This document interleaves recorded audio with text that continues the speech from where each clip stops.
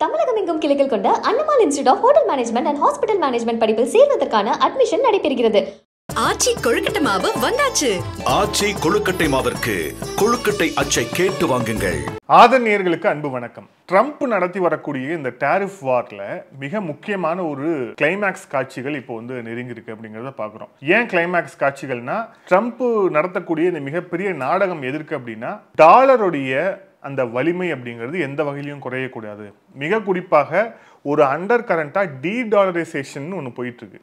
அதாவது டாலரை வச்சு தான் உலகத்தில் இருக்கக்கூடிய குளோபல் எக்கானமியே இயங்கிக்கிட்டு இருக்கு. ஸோ டீடாலரைசேஷன் அப்படிங்கிற விஷயத்த போயிட்டு இருக்கு. அதை எப்படியாவது கட்டுப்படுத்தணும் அப்படிங்கிறதும் ட்ரம்ப் இந்த டாரிஃப் வாரை செய்யறதுக்கு மிக முக்கியமான ஒரு காரணமா இருக்கு. அதை தாண்டி ஒரு விஷயத்த அடிப்படையில பார்ப்போம். அதாவது என்னன்னா, அமெரிக்கா ஏன் சூப்பர் பவர்னு சொல்றாங்க? அமெரிக்காவை சூப்பர் பவர்னு சொல்றதுக்கு ரெண்டே காரணம் தான்.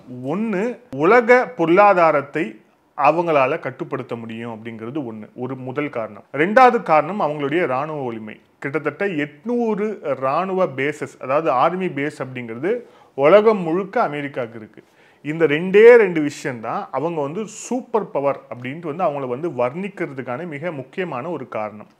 இதில் ஃபர்ஸ்ட் அந்த குளோபல் எக்கானமியை அவங்க கண்ட்ரோல் பண்ணுறாங்கன்னு சொன்னோம் இல்லையா? அதை அவங்க எதை வச்சு கண்ட்ரோல் பண்ணுறாங்க அப்படின்னா, டாலர்ஸ். டாலர் அவங்களுடைய ஒரு உள்நாட்டு மணி இல்லையா?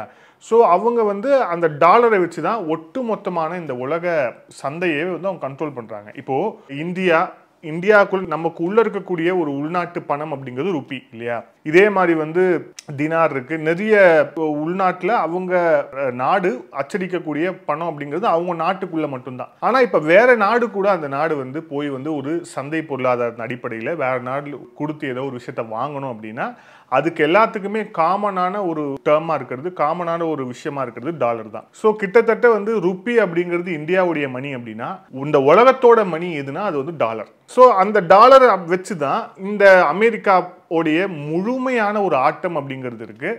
அந்த ஆட்டத்தின் அடிப்படையில் வச்சு தான் அவங்க சூப்பர் பவர் அப்படின்ட்டு சொல்றாங்க. ஸோ அந்த டாலரை வச்சு தான், அதுதான் ஒரு காமன் மணியா இருக்கு. அதை வச்சு எது வேணா வாங்கலாம், எங்க வேணா வாங்கலாம், என்ன வேணா செய்யலாம் அப்படின்ட்டு அந்த ஒரு மிகப்பெரிய ஒரு கட்டமைப்பே இந்த டாலர் அப்படிங்கிற அந்த ஒரு விஷயத்துல மட்டும்தான் இருக்கு. இப்போ அதை அடித்து நொறுக்குவதற்கான நேரம் நெருங்கி விட்டதாகத்தான் இப்போ வந்துட்டு இருக்கக்கூடிய இந்த ரிப்போர்ட்ஸ் நமக்கு உணர்த்துது. இதுக்கு அமெரிக்கா செஞ்ச பிளண்டர்ஸ் தான் காரணம். மிக குறிப்பாக இந்த அரைக்கிற்கா இருக்கக்கூடிய இந்த டொனால்ட் ட்ரம்ப் இப்ப நடத்தி வர அந்த டாரிஃப் வார் அப்படிங்கிறது இருக்கு இல்லையா? இது உச்சகட்டமா போய் என்னென்ன விஷயத்த பண்ண போகுது அப்படிங்கிறத பார்ப்போம்.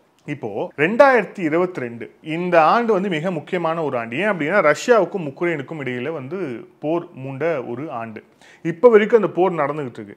இந்த போர் நடந்த உடனேயே இந்த போரை நிறுத்தணும், ரஷ்யாவை விடக்கூடாது, உக்ரைனை காப்பாற்றணும் அப்படின்னு அமெரிக்கா செய்த ஒரு பகிரத முயற்சியில மிக முக்கியமான ஒரு முயற்சி என்ன அப்படின்னா, ரஷ்யா வைத்திருந்த இந்த ஃபாரின் ரிசர்வ்னாலே டாலர்ஸ் தான். ஏன்னா டாலரை வச்சு தான், அதுதான் உலகத்தோடைய ஒரு மணியா இருக்கு அப்படிங்கிறதால, அதை வச்சு தான் சந்தை பொருளாதாரம் இயங்குது அப்படிங்கிறதால ஒரு நாடும் இந்த டாலர்ஸ் ரிசர்வ் வச்சிருப்பாங்க. ஸோ ரஷ்யா வச்சிருந்த டாலர்ஸ் ரிசர்வ் அமெரிக்கா ஃப்ரீஸ் பண்றாங்க. அதாவது ரஷ்யா இந்த அந்நிய செலவாணிக்கு அவங்க வச்சிருந்த அந்த டாலர்ஸை ஃப்ரீஸ் பண்ணது மூலியமா ரஷ்யா வெளிநாட்டில் இப்போ இந்தியாவில் அவங்க ஒரு வணிகம் பண்ணுறாங்க, சைனாவில் ஒரு வணிகம் பண்ணுறாங்க, இல்லை கம்போடியாவில் ஒரு வணிகம் பண்ணுறாங்க அப்படின்னா அவங்க டாலர்ஸை பயன்படுத்தலாம்னா அதை பயன்படுத்த முடியாமல் ஃப்ரீஸ் பண்ணுறாங்க அமெரிக்கா. இந்த ஒரு நடவடிக்கையில தான் ஒட்டுமொத்த உலக நாடுகளும் முழிச்சிருச்சு. அப்போ இவங்க டாலரை நமக்கு எதிரான ஒரு ஆயுதமா பயன்படுத்துறாங்க. ஸோ இவங்களுக்கு டாலர் அப்படிங்கிறது ஒரு குளோபல் எக்கானமியை கண்ட்ரோல் பண்ற மணி மட்டும் கிடையாது, அது மிகப்பெரிய ஆயுதம் அப்படிங்கிறது அமெரிக்கா அந்த இடத்துல போட்டு உடைச்சது. ஆனா அது கடைசி அஸ்திரமாக பயன்படுத்த வேண்டிய அஸ்திரத்தை அமெரிக்கா தொடக்கத்திலே பயன்படுத்தி இப்போ இந்த நிலைமைக்கு கொண்டு விட்டுருக்காங்க. இப்போ என்ன நிலைமை கொண்டு விட்டுருக்காங்க அப்படிங்கிறத பார்ப்போம். ஸோ உலக நாடுகள் விழிச்சுக்கிச்சு. குறிப்பாக இப்போ அந்த டாலர்ஸை ஃப்ரீஸ் பண்ணது அடுத்தபடியா என்ன ஆச்சு அப்படின்னா, சைனா கிட்டத்தட்ட கடைசி 18 மாசத்துல அவங்க அவங்களுடைய கோல்டு ரிசர்வை ஜாஸ்தி பண்ணியிருக்காங்க. கிட்டத்தட்ட 300 டன் கோல்டு அவங்க வாங்கி குவிச்சிருக்கிறாங்க. அதாவது இனிமே இந்த டாலரை நம்பி இருக்க முடியாது, டாலரை அடிப்படையாக கொண்ட ஒரு இந்த சந்தை பொருளாதாரத்தை நம்பி நம்ம இருக்க முடியாது, என்னைக்கா இருந்தாலும் அமெரிக்கா இதில் கை வைப்பான், அவனை நம்பி நம்ம இருக்கக்கூடாது. ஸோ டாலர் இருக்கு அப்படின்னா இப்போ அதுக்கு மாற்று அப்படிங்கிறது என்ன அப்படிங்கிற போது உலக நாடுகள் கோல்டை கொண்டு வச்சுட்டாங்க. அதன் அடிப்படையில் தான் சைனா வந்து கிட்டத்தட்ட 18 மாசங்கள்ல 300 டன் கோல்டு வந்து அவங்க வாங்குறாங்க. அதுக்கப்புறம் ரஷ்யா 2022க்கு முன்னாடியே இந்த அமெரிக்காவுடைய இந்த குட்டிக்கரணம் அமெரிக்கா இதை மாதிரி செய்வான் அப்படிங்க தெரிஞ்சு அவங்க என்ன பண்றாங்க அப்படின்னா 2014 இருந்து அவங்க வந்து கோல்டை வந்து வாங்கி குவிக்கிறாங்க, ரிசர்வா வந்து குவிக்கிறாங்க.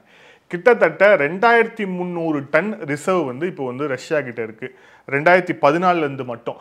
ஸோ இனிமே வந்து அவங்க டாலரை யூஸ் பண்ணாம கோல்டை கொடுத்து அவங்க வணிகம் செய்யக்கூடிய ஒரு பலமான ஒரு இடத்துக்கு ரஷ்யா வந்து நகர்ந்திருக்கிறது. இது வந்து சைனா அதுக்கப்புறம் வந்து ரஷ்யா போன்ற பெரிய நாடுகள் தான் பண்ணிச்சா அப்படின்னா துருக்கியும் பண்ணியிருக்கு. துருக்கி வந்து அவங்களுடைய கோல்டு ரிசர்வை 40% அவங்க வந்து உயர்த்தியிருக்கிறாங்க.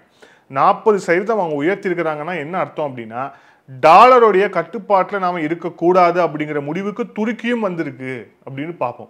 ஸோ துருக்கி மட்டும் வரல, சவுதி அரேபியா, பிரேசில்னு சொல்லிட்டு பல நாடுகள் இந்த டீடாலரைசேஷன் அப்படிங்கிறத சத்தம் இல்லாமல் வந்து இப்போ வந்து பண்ண ஆரம்பிச்சிட்டாங்க. அது மிக முக்கியமான ஒரு கட்டத்தை இப்போ எட்டியிருக்கு.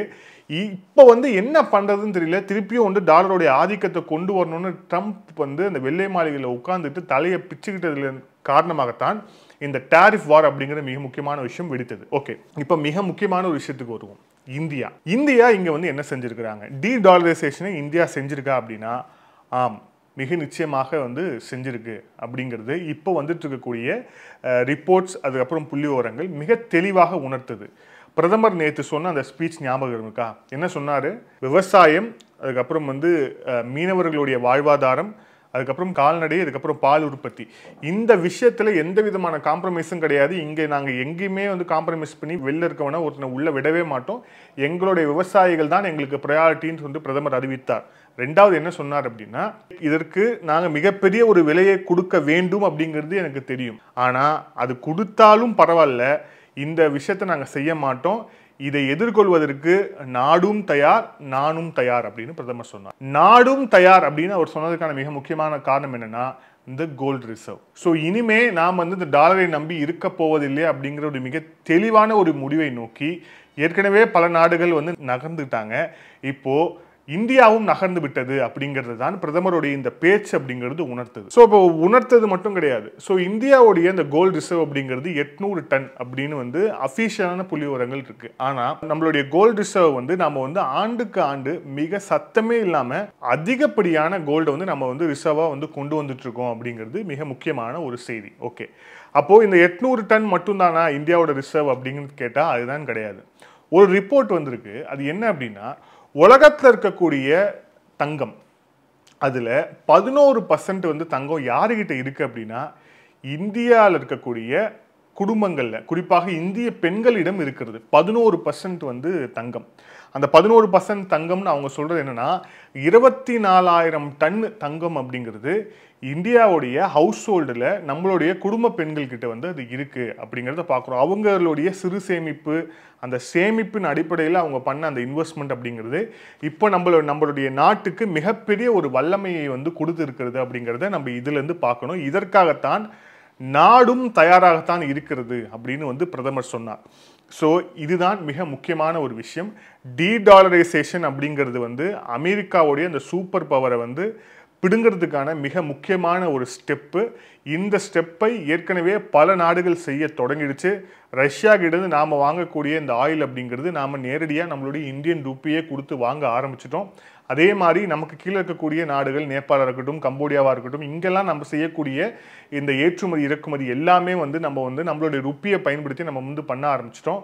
இதெல்லாம் தான் இப்போ இந்த ட்ரம்ப்புக்கு வந்து மிகப்பெரிய ஒரு பயமாக இருக்கிறது. ஆனால் இந்த பயம் வந்ததால ஒரு பிரயோஜனமும் கிடையாது. ஏன்னா டீடாலரைசேஷன் அப்படிங்கிறது மிக தெளிவாக நடக்க தொடங்கிடுச்சு. இதுதான் லாஸ்ட்டாக வந்து பிரிக்ஸ் கூடும்போது கூட வந்து பிரிக்ஸுக்குன்னு தனியாக ஒரு ருப்பியை கொண்டு வரலாமா, ஒரு காமன் ருப்பியை கொண்டு வரலாமா அப்படிங்கிறதுக்கு மிக கடுமையான ஒரு விளைவு வந்து நீங்கள் சந்திக்க நேரிடும் அப்படின்னு ட்ரம்ப் எச்சரிக்கை விட்டது எல்லாமே பார்ப்போம். ஆனால் அந்த எச்சரிக்கையெல்லாம் வந்து ஒரு 10 பைசாவுக்கு பிரயோஜனம் இல்லை அப்படிங்கிறது இப்போ மிக தெளிவாக தெரியுது. ஏன் அப்படின்னா பிரிக்ஸ் நாடுகள்லாம் ஒன்றா சேர்ந்து அவங்க ஒரு காமனான ஒரு ருப்பியை அவங்க கொண்டு வரதுக்கான காரணம் எல்லாமே போய் அவங்க ஏற்கனவே கோல்டை வந்து அவங்களுடைய ஒரு காமன் கமாடிட்டிக்கான இந்த உலக பொருளாதார சந்தையை வந்து கட்டுப்படுத்துவதற்கான ஒரு விஷயமாக அவங்க ஏற்கனவே மாத்திட்டாங்க அப்படிங்கிறது இப்போதான் இந்த அறிவுகிட்ட இந்த அமெரிக்க அரசுக்கு, குறிப்பாக இந்த ட்ரம்ப்புக்கு வந்து தெரிய ஆரம்பிச்சிருக்கு அப்படிங்கிறத பார்க்குறோம். இதுதான் அவங்களுடைய உச்சகட்ட பதற்றத்துக்கான மிக முக்கியமான ஒரு காரணமாக இருக்கு. ஸோ டீடாலரைசேஷன் அப்படிங்கிறது இந்த வெஸ்டோடைய ஆதிக்கத்திற்கு முடிவு கட்டும். இந்த டீடாலரைசேஷன் அப்படிங்கிறத தொடர்ச்சியாக எல்லா நாடுகளும் செய்யும் போது டாலர் அப்படிங்கிறது ஒட்டுமொத்தமான வீழ்ச்சியை சந்தித்து அதோடைய முடிவு அப்படிங்கிறது மிக நிச்சயமாக விரைவில் நடக்கும் அப்படிங்கிறதுக்கான எதிர்பார்ப்பு இப்பவே வந்து ஏற்பட்டிருக்கு அப்படிங்கிறத பார்க்குறோம்.